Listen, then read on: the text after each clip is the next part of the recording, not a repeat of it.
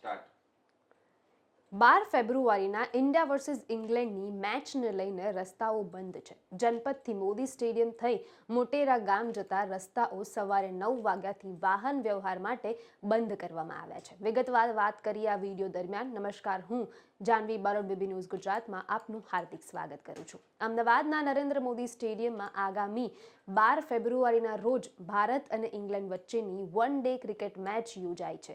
આ મેચને લઈને મોટી સંખ્યામાં પ્રેક્ષકો મેચ જોવા આવવાના છે.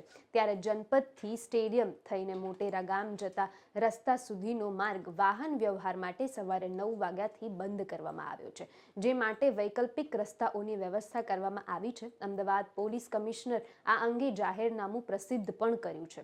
12 ફેબ્રુઆરીએ નરેન્દ્ર મોદી સ્ટેડિયમમાં ભારત અને ઇંગ્લેન્ડ વચ્ચેની વન ડે ક્રિકેટ મેચ યોજાઈ છે, જેને લઈને અનેક લોકો બહાર ગામથી પણ મેચ જોવા આવી રહ્યા છે. ત્યારે અમદાવાદ પોલીસ સ્ટેશને કમિશનર દ્વારા જાહેરનામું બહાર પાડ્યું છે. કેટલાક રસ્તાઓ બંધ કરવામાં આવ્યા છે, જે માટે વૈકલ્પિક રસ્તાઓ પણ આપવામાં આવ્યા છે. સવારે 9 વાગ્યાથી લઈને મેચ પૂરી ન થાય ત્યાં સુધી જનપથથી સ્ટેડિયમ થઈને મોટેરા ગામ તરફ જતા રસ્તાઓ વાહન વ્યવહાર માટે સંપૂર્ણ રીતે બંધ કરવાના રહેશે.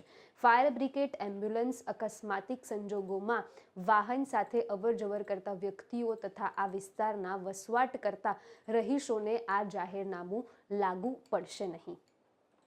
તપોવન સર્કલથી ઓએનજીસી 4 રસ્તાથી, વિસદથી જનપથ થઈ પાવર હાઉસ 4 રસ્તા થઈ પ્રબોધ ધામ સર્કલ સુધીના રસ્તા પર વાહન વ્યવહારની અવરજવર કરી શકાશે. કૃપા રેસિડેન્સીથી શરણ સ્ટેડિયમ 4 રસ્તા થઈને ભાટકોટેશ્વર રોડ થઈ અપોલો સર્કલ તરફ જવાના રસ્તા પણ ખુલ્લા કરવામાં આવ્યા છે. વધુ વિગત સાથે ફરી મુલાકાત કરીશ. હાલ મને રજા આપો. નમસ્કાર.